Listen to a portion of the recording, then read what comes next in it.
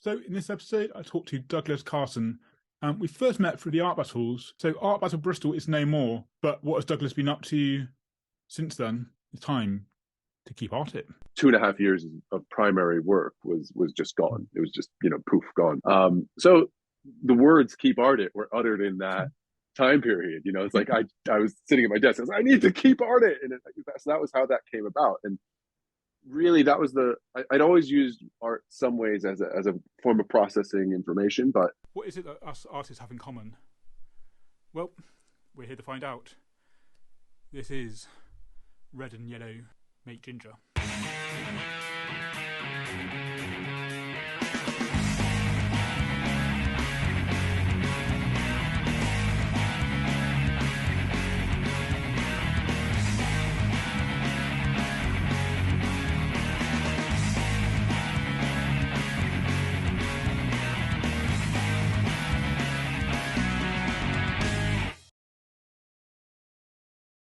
Okay, so welcome to another episode of the Red and Yellow Make Ginger podcast. So I'm here with Doug. So this is kind of almost like a 180 because you were hosting the art battles. That's how we met. So I thought maybe we start with that, but you've been doing a lot more stuff since then. So yeah, how was it doing the art battles and then going on to art battle in London to do it yourself? And what was it on the other side of that, and how was it seeing so many artists come through with all different styles and seeing how everyone did differently? Did that like change your own artwork in a way?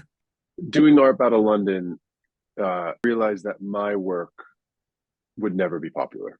So the work I make as an artist will not anytime soon sell enough to pay the bills. So it was a very harsh kind of look in the mirror of what public perception of my work is. I think because I executed a piece that I was very happy with, that I'd practiced, that I thought was appropriate to this scenario. I did a Big Ben in Rainbow, which is kind of yeah. And I mean it was one of the price selling pieces of the night. So it sold, I think, for £400 or £500, which is really good for an art battle. Yeah, so mine sold for 10, 20, £30. Exactly. So some people really like my work, but on the other side of that, I think I was the second lowest on the voting. So people don't like my work enough to vote for it, but some people like it enough that they'll buy it. So I basically realized at that art battle that I should just give up trying to be mass market and focus in on the people who do like my work, and instead of trying to, be everything to everybody. Yeah, I mean, that's a good place to be. If you got haters, then you're doing something right, I think, because I'm part of a group which dreams are real, and we talk about various entrepreneurship, and he uses the term "don't be vanilla roadkill." Choose the niche and get that that niche audience going. And if you're selling for 400-500, then yes, you might not please everyone, but that's pretty amazing to have like a small niche where they are after your work. And I was really proud of the piece I made. Like it was actually better than, because I did 4 practices, and the piece I executed on the night, I was just like that. It was the best looking of any of the ones I practiced. So I was really pleased with how I performed in terms of my own personal self-judgment around what I was looking to accomplish. So I was happy with it. But it was a bit disappointing. I wanted to get in through the second round. I had a whole second piece that I'd also practiced. So I spent, probably 5 hours prepping for that art battle. I practiced. I was like, I want to do well and not perform badly. So I would have liked to have had my second piece to execute, but it just didn't. The votes didn't go that way, which is fine. It's not. I've learned to completely to celebrate the successes I do have, and to never begrudge other people the successes that they have. And actually, when people do have success, my goal is usually to try to learn from how they did it. Yeah, because as soon as you start comparing yourself, I find they can do that, but you've got to find out what's your strength or what which path is good for you, and take a bit from everyone. But just thinking, for those who are listening, how would you sum up the art battles? What is it? Because most people know, but a lot of people don't. Art battle's not. took a big hit from the pandemic. I've completely exited my involvement with the art battles. I don't do them anymore at all. Like I'm not really involved with the London one. I'm not doing, and the Bristol one is dead in the water. So and I don't know that it will ever fully recover from such a devastating blow to what 2020 was, because different countries still have different regulations. But anyway, art battles, it was, or it still is, but it's a live Has painting changed. competition. Yeah. Well, it's a live painting competition where audience vote decides the winner. Pretty straightforward in concept. It's usually done over 3 rounds. But the only one still going in the UK is Art Battle London. And they're I don't and that's that if you want to go paint in front of a few hundred people, that's the place to do it. So And since then, you had the Keep Art It. So I don't know where you're at with that, but you've got the YouTube so channel, and yeah. So I'll tell you. So I mean, yeah. Keep Art It is what I'm doing now. Keep Art It is the company I set up during lockdown on the heels of Art Battle Bristol and UK becoming non-viable programs to run. So Keep Art started in 2020 with an exhibition of 8 artists that I arranged and promoted in the Gallery Shopping Center in Bristol, where we used vacant shop fronts to have a COVID secure exhibition. We had about 50,000 visitors, which we were really proud of. And that was about for a month. So it was like a kind of a Christmassy exhibition. It was like quite uplifting. And, I'm sure people remember Christmas 2020. It was pretty grim. pretty weird. So Yeah. we were pretty happy to kind of artwork out into the world and really inspire some people and provide a platform for artists, me included, to share our work. On the heels of that, we were offered a unit in the galleries where we took it over from January 21 to January 22. And we did, exhibitions and dance classes and yoga classes and festivals and like just all kinds of crazy shit in there. It was great. But it was like brutal for me to try to staff it and run it and, operate it. So since then, we focused more on our YouTube channel and the videos that we produce for businesses and creatives. I've actually I've had a lot of personal growth in the last 2 years, really. And I've come to the realization that the kind of thing that motivates me out of bed. So creativity for me, I make paintings and I write poetry and I play guitar and make music. Like I just do those things. Whether I make my living from those things or not, I'm kind of almost at a point with neutrality towards that. If money comes in from it, great, but I'm not expecting that to be the thing that pays the bills. But the thing I love doing, and it was partly why I set up Art Battle in the first place, was I actually love creating opportunities for other creative people to make money from their creative work. I love doing that. It gets me out of bed. It makes me happy. It's like, and so Keep Art It, a lot of its push is to kind of share art now. We want to find a way to make the ills that a lot of creative people have into something that's more economically sustainable, with formulas and advice and support. And so we're going that direction as a company, to create more economic opportunity for other creative people. But I'm doing it pretty much full time now. Like that's my job. Wow. Like I'm making videos and running the company. That's what I'm doing. So it's exciting though. Yeah, because you're very good at talking to people, and you have this, you find the strengths in people. You're very, very warm, and you have this natural kind of interviewer host. Oh, you make me blush. I can learn a lot from how you do it, I think. But you went out to quite a few. You went to Upfest. I saw you there with your nice glittery sort of. my sequins, yeah. I don't mind dressing up for the part, Yeah. I actually I wear vests a lot. I like wearing vests, and I like wearing ties. I mean, this isn't me. Like, this is actually, it took me a while to be comfortable dressing in what I dress. But yeah, we when there's big events, we like to go out and film the events and then kind of put together a highlight reel kind of report on what happened, so people kind of have some idea of what's going on. There's not much that happens between January and March in the arts. Most people kind of quiet down. And we cover as much as we can, but it's just me really, and I'm self-funding it, so it's kind of being funded through different other mechanisms. But we think we might have finally found a potential sponsor, which will help us to be able to. Yeah, I don't want to speak before I things land to jinx myself. But you know, there's people who are interested in what we're doing and want to support it, and that's a beautiful thing.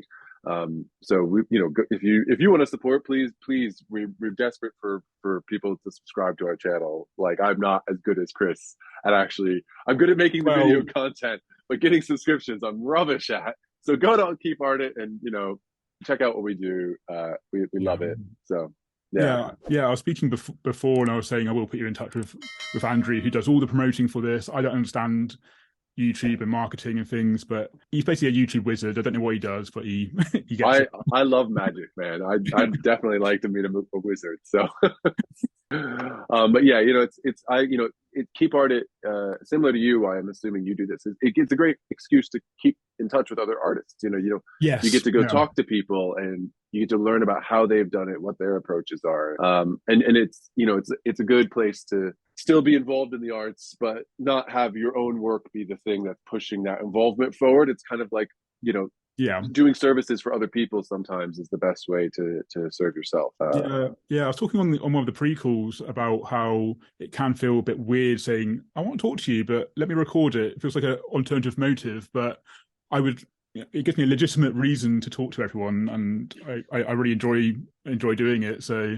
I'm happy to have the platform that seems to bring people to say yes, because if I just said I want to talk and it's not going to help you in any way, then maybe not. But the fact that I'm helping people, I would have talked to you. I actually have been mentoring a few people who've approached me about kind of picking my brain about how to have a more sustainable business around what they're doing and how they're approaching things, and you know, mindset coaching and stuff like that. So I'm happy to give people advice and mentorship. You know, if you're struggling and you need someone to talk to, you know, come find me. I'll do what I can to help, or I can at least signpost you to somebody else who might be able to help. Well, we'll talk afterwards about having a coffee and doing that at some point.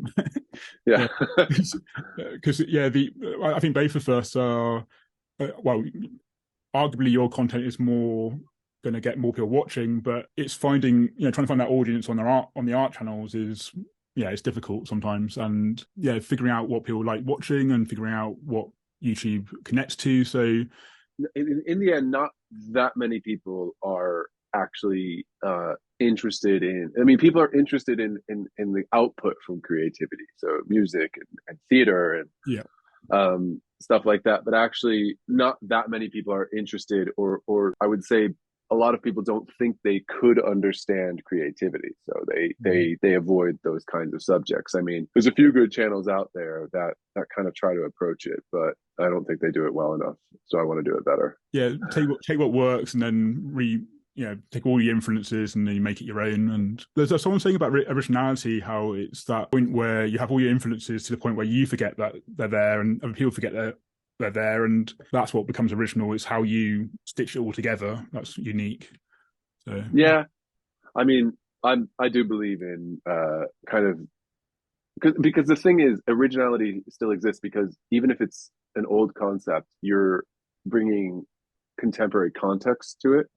So, it's even if it's something where somebody 500 years ago, 200 years ago did it, or something similar to it, they did it in a very different social and environmental situation than what you're in, So the context that we're addressing inherently when we create artwork, be it poetry, music, or visual art, is relevant to its originality, because you couldn't have possibly made work that addresses this context in a different context, because we are a product of our environment in many respects and our upbringing. So wherever your environment or upbringing are, you're going to make work that reflects that. And that's not something you can control, nor should you try.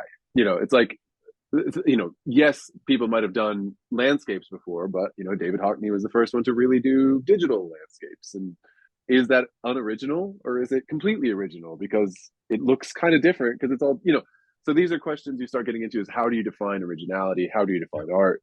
And those are big philosophical questions that aren't so easy to answer. I mean, you can get words on a page that answers it, but it's not necessarily straightforward. No, I think art can be a product of its history. I mean, just go back to the cave paintings, you can see we wouldn't have known about that time necessarily if it wasn't for those. And then you flash forward whatever years, and even 50 years ago, you're going to be seeing like the fashion be different, all the hairstyles be different, and the way art is depicted through that historical lens, I guess, and cultural. And so yeah, it changes. And I think that's what's great about art. You can look back and go, right, that was a product of its time, for good or for better or worse. And I think that's what's interesting, is you can look back and you can sense what time that was in, and some are maybe before their time, and you can't timestamp it. But yeah, I mean, I think my work is a little bit early now. So I think in 5 or 10 years, my work will have a bit more of a vibrational sync with what's going on. But the trick is always not necessarily whether your work works, but is there a methodology to take the work that might, because there might be people out there right now that love my work, but they've never seen it. So how do you get your work out to people? It has been a challenge for creative people forever. That's never been an easy task. Yeah, because your work's playing a lot with the minimalist, and you've got your like branded 5 color. Is it 5 colors? I can't remember how many. It's 7, but yeah, it's not. I wouldn't. It's not branded. It's the colors of the chakras, and the rainbow. But it's not like it's taking old concepts and reimagining them in many respects. But they show up in your work quite often, don't they? So I really have two primary bodies of work. One is the minimalist stuff, like those, which, the dancers, the flowers. I do a few portraits and things like that. Yeah, I'll get you some photos afterwards. A bird up there. But then the other body of work, which I could grab some for you if you want, but it's kind of larger, and those are the ones that I'm probably known for in the art world a bit more, because they're a little bit more, that is definite. These are fairly idiosyncratic to my hand and how I paint, but the other ones are like, those are definitely Douglas Karson's. Like there's no debate. You look at it, you're like, yep, Douglas Karson all the way. But also they play with sculpture and 3D dimensions, and they have kind of both bodies of work have an underlying philosophy, but the one that is the colorful one is based off a lot of other philosophies and kind of theologies and ideas around life and death and what the purpose of life is. And it kind of addresses those questions in a visual language. So those are the ones that I think get more attention. But I've actually been taking a break from them because I'm between studios at the moment. One of the reasons I love the ink pieces, the minimalist ones, is because I can do them at home. It's like much less of a studio requirement to work in ink than it is to work in paint.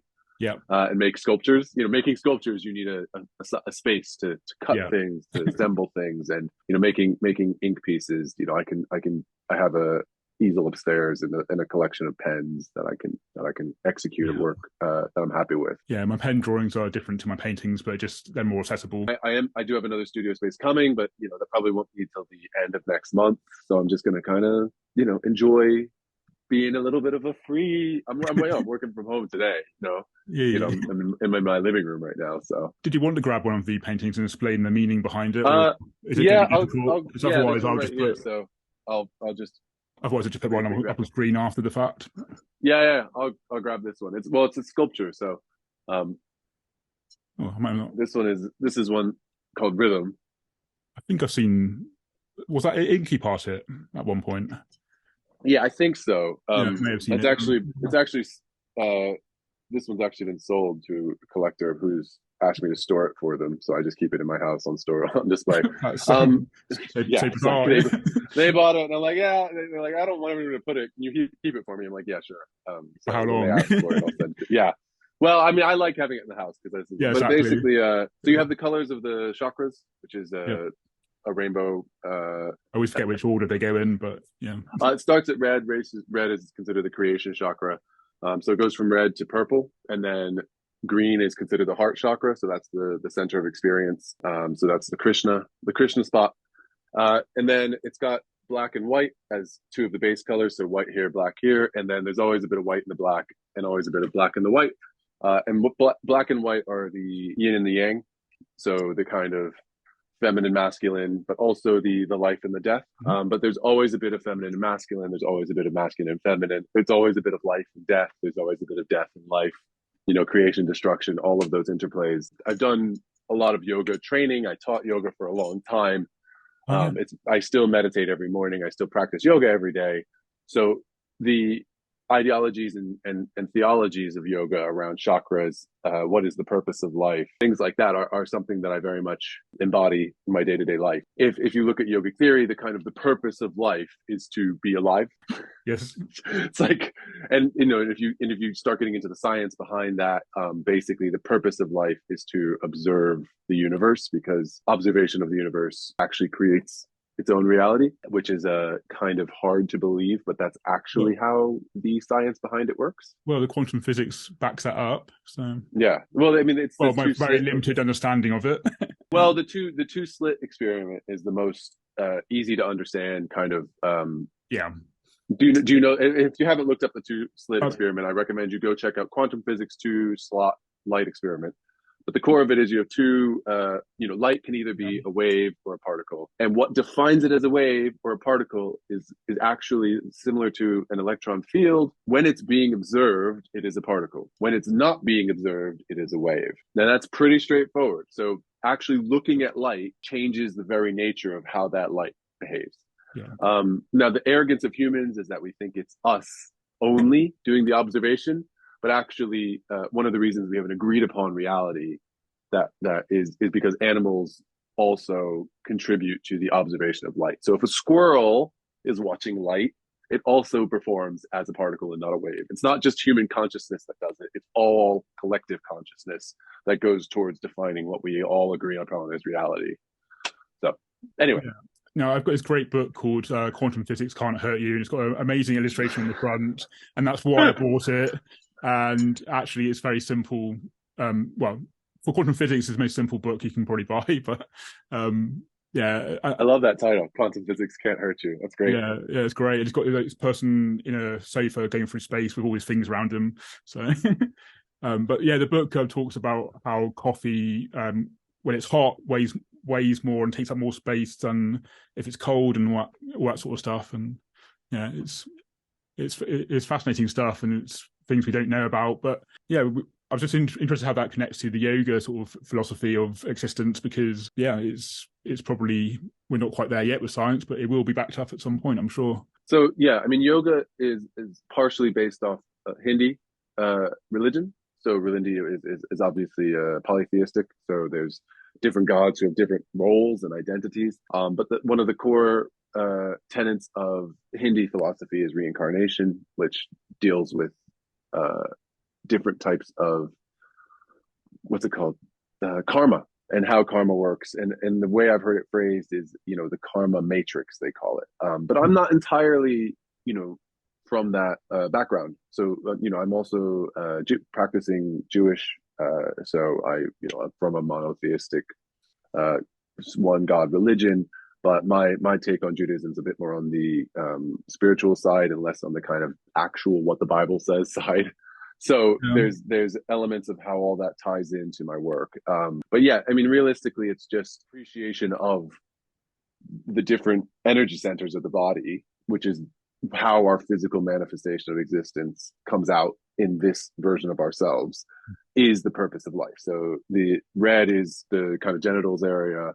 Then the orange and yellow are like the tummy and then the diaphragm. The green is the heart.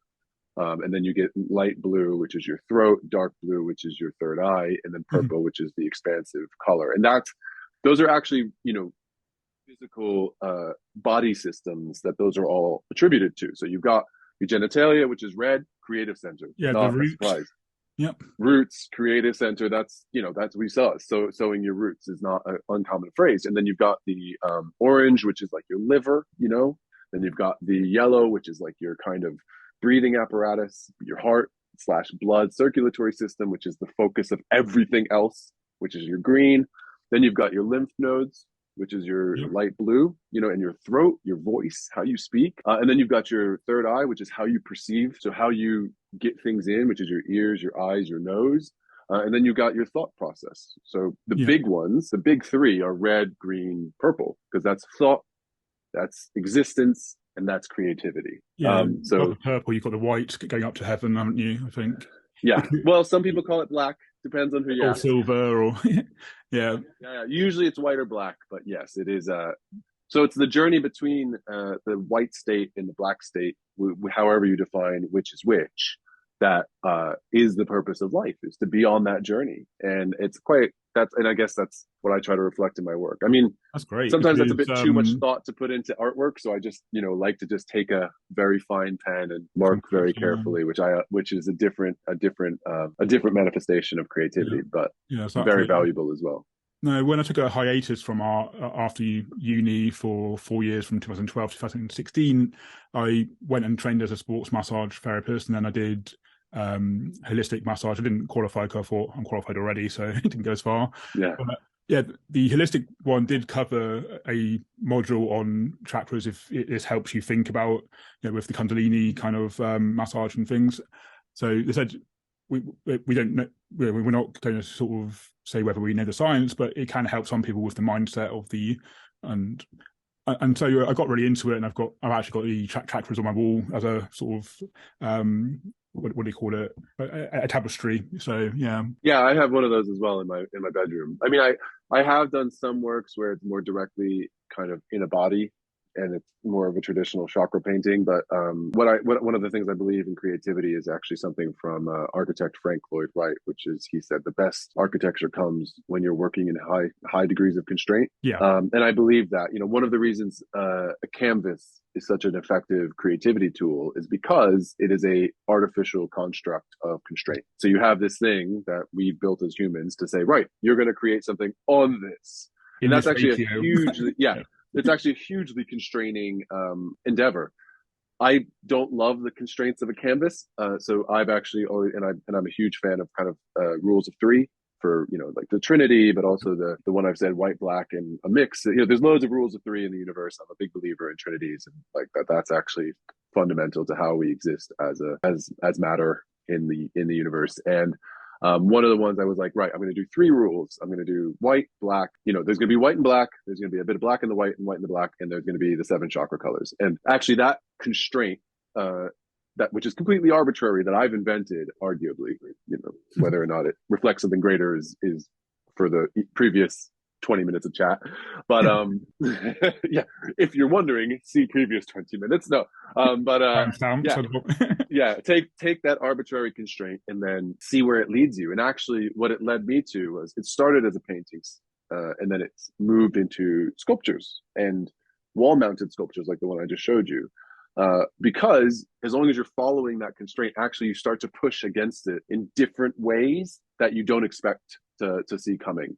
And similarly with the ink drawings, I originally started with just 3 colors and paper, and I just worked in those 3 colors for almost 2 years before I started adding any other colors in. So that was an artificial constraint of like, I'm just going to do black, gray, orange. And now a lot of them still just have black, gray, and orange, but actually to explore that limitation and push it to its limit, really push against that limitation is a really exciting way to have consistent creativity that also feels like a joined up body of work. Yeah. I had a thought then, but it's gone. But yeah, it's just... Sorry. Stop me next time. I could just keep going forever. No, I was just thinking, because it's so good, whether to switch the few to speak a few, so you could be in... I could do that, and I could do... Yeah, just thinking, what you're saying was so interesting about putting in like a really complex idea and getting it into the simple, into like a simple artwork. So I mean, it helps to have like, but also that meant that, I haven't blown up in fame. I would have loved to, but I haven't. But had I blown up in fame, had that been something that would have happened, or if it's something that happens in the future, I believe in the principles that I've set myself up to be recognized for. So should I need to outsource some of the work to artist assistant, which I've actually had to do before for a commission or two, then I'm comfortable with that, because actually what my goal is to get that message out, get that philosophy out. It's not necessarily for me to be the one always doing the creativity. It's for me to be the one enabling that message to go out into the world and have a positive impact. So there's other benefits to it too. Especially if you pick rules that you like. Don't go pick something that you're like, oh, I hate these rules, they're so terrible. You have to pick something that you feel comfortable reproducing and working within. So But I definitely recommend arbitrary constraints for anybody who Yeah. wants to explore how to make a more consistent body of work. Yeah, that's what I was going to say. So I often like limit my palette into like the sawn palette, or Yeah. you can look up various palettes that other people have used that have worked. So at least then you have a good spectrum of color. But I find I mean it's known for being good for portraits. So my skin colors get better because I have to create an orange with those colors rather than your bright primary colors.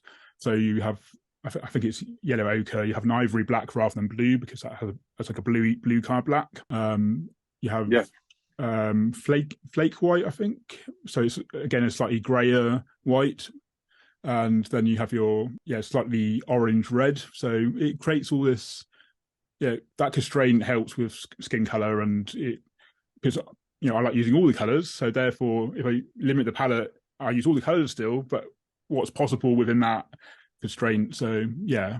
And I would say, try to having a limited palette is a great way to do it. But having other constraints you could put on yourself that aren't just about technique, but might be about something underlying that is something deeper and bigger that you want to explore. So if it's like mental health, what are some constraints you could do around your creative process that would reflect that? Because if I'm a big believer in mental health. I have my own mental health issues and discussions and growth, and if that's creativity is definitely a tonic for mental health issues. It definitely helps. It doesn't hurt, definitely helps. Yes. You know what I mean? Like, so I'm happy to always advise people with that and consult and help bring more awareness. While we're on the subject, how's art helped your mental health? Because it certainly helped mine with sort of I call it like cataloging my brain and getting it to figure out. It's almost like journaling in a way. Yeah. I mean, I notice that a lot of my work is like journaling.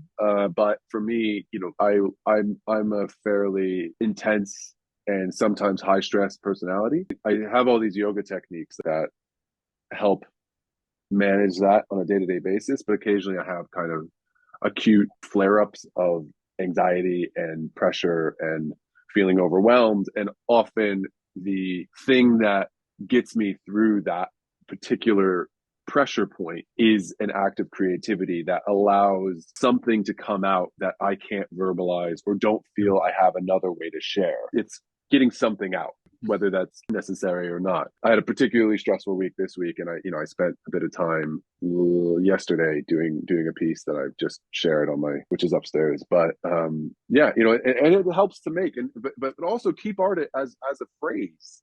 So the company I'm created was born out of a intense mental health crisis during May 2020. I won't go into it too much, but basically I had a newborn baby who was born February 2020. I had a 2-year-old, and my wife was completely out of her normal self due to complications from the birth and postnatal depression. And then on top of that, the business I'd built, which was Art Battle over the last 2.5 years, was no longer viable. I was one of the people who fell through the cracks of government support. And it was a very high intensity situation because we had no support.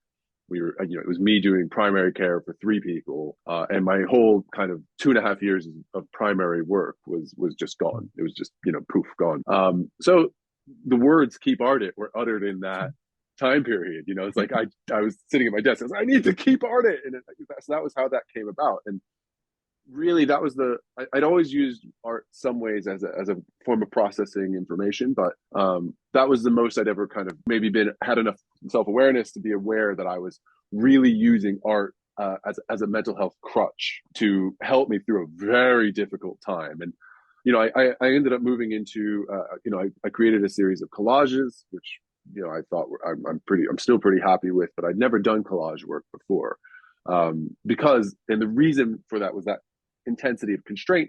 Basically, I didn't have access to my studio. I was looking after young children, so collage was something I could sit on my desk and I could do together with my 2-year-old, and he would do his collage and I would do my collage, and that was actually something we did together quite a bit during lockdown. So that was a whole new body of work that I would never have gone towards otherwise. And I actually haven't, now that I've had the freedom to go away from it, I haven't really gone back to it that much. Art go through phases, but to have that connection with your 2-year-old, to have an activity to do together and create new work is really precious to do. And but it was a very high intensity. That was a very intense 2 years. It was not ideal. Not ideal. That's what I'd say. But you get through these things, and help comes from unexpected places. You learn to be better at being vulnerable and trust yourself to deal with things as they come up. And actually, now I'm probably in the best mental health I've ever been in. Although I'm still having, but on the other side of that, I have more self-doubt, more in some ways anxiety, and more humbleness than I've ever had. It's like, but on the other side of that, I kind of, I'm not thinking about killing myself all the time. So, hey, you got to take what you get. Once the mental health improves, you've got time and energy to worry about the other stuff. Great. It's like, but it's kind of nice. I have more kind of standard worries now. The business, the household, the family, welfare, things like that, which is, and like I said, this stuff still comes at you sideways and can really, and when you're open and vulnerable, sometimes those things that come at you sideways actually hit you much harder because you're feeling open and vulnerable, and you're existing more vulnerably. And it's actually sometimes when something comes up that gets to you, it gets deeper because you're more open, which is challenging to not then go back to the kind of walls up, no one's in. It's like, but stay open. But still have enough of that sort of armor there. So it's a fine balance, I think, through letting some people in, but not having a complete wall. And it's not so easy to navigate, and especially when you're completely unfamiliar with trusting people. That's like any, some kids learn that when they're kids, but other people have to learn that as adults. For me, it's been something I've learned as an adult, is how to interact with people in a healthy way. I think that's an ongoing journey for me, to learn social skills and stuff like that, because of my childhood, I just never had the opportunity to learn those things. Yeah, and it's also trusting your intuition around when you feel someone's a bit off, and you think, give them benefit of the doubt, and it's sort of yeah, I don't know. My intuition's been off, so I actually have had to learn to trust my head a little bit more. It's a difficult fine balance. Yeah. Sure. So just thinking, before we talked on the podcast, you were saying about how Keep Art It was going to do more video kind of based stuff. You okay to talk about that on the? Yeah. We just we've been doing quite a bit of work with clients, actually. So we just finished. We just released the work that we did in combination. Dela Rowney, who's the largest paint manufacturer in Europe, hired us to source an artist and go into her studio and produce a video about their new product line, which is Autograph prints and tools. So we did that, and it came out like stunningly beautifully. It's amazing. The artist's name is Rosanna Morris. She's a printmaker in Bristol. She's awesome. Her work's beautiful. She's got a beautiful studio. So we went in there, we filmed this, and we're looking to do that more. We want to do more videos for artists, and go out into their studio, tell their stories, help them find new markets and new people to address. And we're affordable because I'm an artist. I want to support this. We're not looking to I need to pay my rent, but I'm not looking to bankroll off artists. But if I'm doing work, I have to be rewarded in a fair way for that. But this is something I'm really passionate about. So I really want to provide voice and platform for more artists to get their message and their work out into the world in an effective way. Because this is something I know about. That's we're moving a lot towards video work. Besides working in the fine arts, the kind of clients that we're quite strict about who we're willing to work with. We're not willing to work with certain companies, but people in the education sector, people in the green technology space, and people and other yogis as well are the other kind of clients that we've had and are happy to work with. But we're not looking to we're not looking to work with oil companies. You know what I mean? Some oil companies. There's good individuals in oil companies, but as taken as a whole, probably not the best industry for the planet. Pick and choose who you want to work with. And that limits our opportunity, but you gotta be true to your principles in some respects, or else you're just completely. But I'm also surprised to find how much I like making videos. that's been a pleasant surprise. I Yeah, kind of got into videos. Like I said, I ran an event space in the galleries for a year, and one of the things I kept hearing from artists, and I had dealt with but maybe 200 or 300 artists over that year, was that they needed more videos, they needed more marketing, they needed more expertise in that area. So that me going towards that was basically from listening to a lot of people say, "This is what we need." It's like, okay, I can do that for you. And actually, since I've been doing it, I'm actually pleasantly surprised how much I enjoy videoing and being on video and making videos and editing. Like I didn't think yeah, I'd like that, but same. actually I really quite enjoy making videos and editing. It's quite fun. Yeah. So that's been a pleasant surprise because I would have, but again, it's like that necessity. I would have never gone towards that had I not been listening and open to that potential of rethinking what I thought I would like. Well, it was the same with me. I started in June 2020, the whole YouTube video thing. So 2 weeks before that is when I did the very first interview, which is still on YouTube. I think it's good to see where people started, and it's really cringe because I'm very shy and you met me all that time ago. So I was much Yeah, more, I mean, you're really erudite now. Well done doing that self and personal development. well, just from doing it a lot, you watch yourself back and you realize what you actually sound like. And Telling a story with editing. So especially if I've done like more of a shoot and less of an interview. I mean, I like interviews too, yeah, but if it's more of like a shoot, yeah, I really like getting the shots, planning out the kind of whole story, and then putting those together in intricate ways. So like I said, the Rosanna Morris one amazing. on Autograph. We did one for To Succeed, which is an education company. We did one for Bristol Energy Network, and those kinds of videos are really really exciting. Yeah, because it's one of those things where I thought I like editing. I can't quite get into the actual filmmaking side of things. Would rather have someone else's footage to edit. At the same time, I started thinking, I'm a painter. I just want to paint, really. Haven't got time to learn this video thing. But it's amazing how when you start and you just find like a new avenue of creativity that you Yeah. never knew existed. And Then you have to trust your own painting. I mean, this is the thing: is I still allocate about 3 hours a week to actually painting. So I still have like a block of time. It's normally Friday afternoons that I kind of set everything else aside, turn my phone off, stop answering emails, and I kind of do 2 to 3 hours of creativity as a fair. But I've had to kind of, because I'm getting so busy doing other things, between the young family and the work and stuff. I've kind of said, right, from this time to this time will be creativity time. and then you're being creative in other ways with the films and for other people, but it's still a creative outlet and it's still finding that story. The videos you filmed for the artist in the studio, is that out yet or is that coming out? Yeah. It's on the De La Rowney YouTube channel, Okay, and I then will check it out. there's a few shorts and reels on their Instagram as well. I'm really happy with that. Like, so I did all the producing, the writing, the editing, and I was the director on the day as well. I did have another videographer come in because he has a much better camera than mine.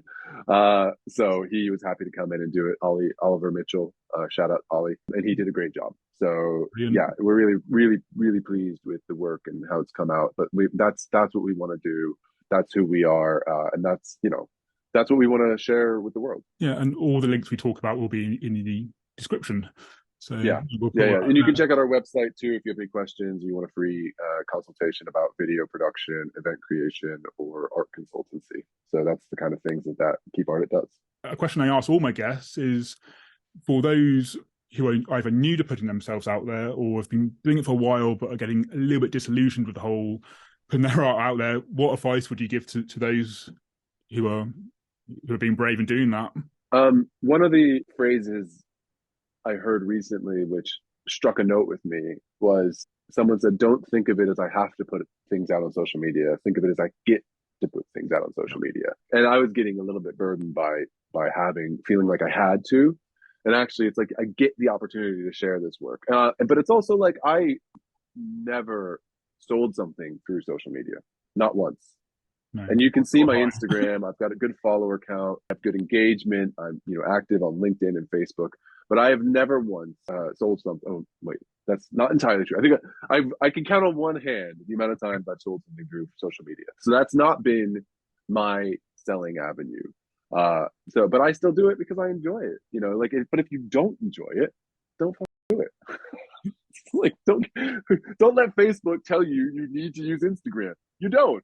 Like you need to have a platform where if somebody's interested in your work, it could be a website, it could be Pinterest, it could be Instagram, it could be TikTok, whatever. You need a platform where people can come and get a kind of idea of what you do. But it doesn't have to be social media. It doesn't have to be by anyone else's formula. You can carve your own path and walk it. So yeah, that would be my advice. So for those who want to get in touch with you, you've already kind of mentioned it, the website, but what's the best place to get in touch with you and find, what you're doing and all the socials and things? Yeah, so my personal artist brand is on Instagram as DAK Artist, but you can also search for my website, which has links to all of that on Douglas Karson, Karson with a K. The company is Keep Art It, A-R-T, Keep Art It. And we're on all socials as Keep Art It. And if you want to email me through the company or just in general, my email is douglas@keepartit.org. I'm happy to engage and answer questions to the best of my ability. Brilliant. So yeah, thanks for saying you do this, because all those years ago where I was the artist on Art Battle, I would have never imagined we'd have this podcast conversation. So I think we had a long chat at Art Battle Bath, wasn't it? Yes, yeah. I remember having that chat with you talking about, I think I was still preaching to you the value of arbitrary constraints. You may have done, yeah. I kind of remember that chat, yeah, because I was, that was a different time. I mean, I will say, Art Battle was a big loss. That was besides all the other losses, putting together something like that right on the eve of national launch and success. It was a difficult thing to lose. So, but there were winners and losers in the pandemic, and it was one of the more stark reminders of how much luck is involved in success. Yeah, you never know what the pandemic showed everyone. We never know what's going to happen, which is out of our control. And then I guess Keep Art It came from the ashes, as it were, and it sort of, I guess the time of Art Battle helped you to know, what you wanted to do, what you didn't want to do anymore, and yeah, kind of. Oh yeah, and the videos that we produced for Art Battle as promotional videos for each event was actually my first real dip into video production. So we did, I think, 11, 12 events, and we did a lot of videos. And if you go to Art Battle Bristol's YouTube, they're still mostly up, I think. Like I said, Art Battle Bristol, there's another whole story there about why Art Battle Bristol no longer exists. But that's another sad story for another time. Yeah, that's a sad story for another time. And I wouldn't want to name names and throw anybody under the bus. But needless to say, it got I exited the organization, and then somebody else took it over, and it did not go well. Yeah. So we'll leave it at that. I can always edit that bit out if need be. No. Like I said, I haven't named names. I said, I exited. Somebody else took it over against my advice, and it didn't go well. Yeah. You know a bit more about that than I. Well, I don't know much about it. I've just been to one of the events when it was run, and it was packed, but it was. I don't know what happened after that event happened, because I don't. Yeah, I do. I know. It's not pretty. No. So yeah, we'll end the podcast there. Yeah, like I said, keep art. It's good advice. Just keep going. Don't worry about it too much. And don't put too much pressure on selling artwork to be your primary source of income. Like if you're working in the arts and you're passionate about what you're doing, there's loads of ways to do it. It doesn't have to be through actually the paintings that you make being the thing that you're making money from, to still have a fulfilling life as a professional artist. Yeah, and I'd also add, do what you want to do in art, because there will be an audience out there. It just takes time to find them. Yeah, exactly. People are going to know if it's not from the heart, and then you don't want to be not selling work that isn't you anyway. So yeah, you'd rather not be selling work that is yours. Depends how well it's paid. Yeah. So yeah, thanks for everyone who's been listening to this. And like I say in all my videos, keep creative, keep scribbling, do what you need to do, whatever your medium. Yeah, keep at it, keep at it. Chris, lovely to see you. Looking forward. Let me know when it's coming out, and I'll share it across my socials and stuff.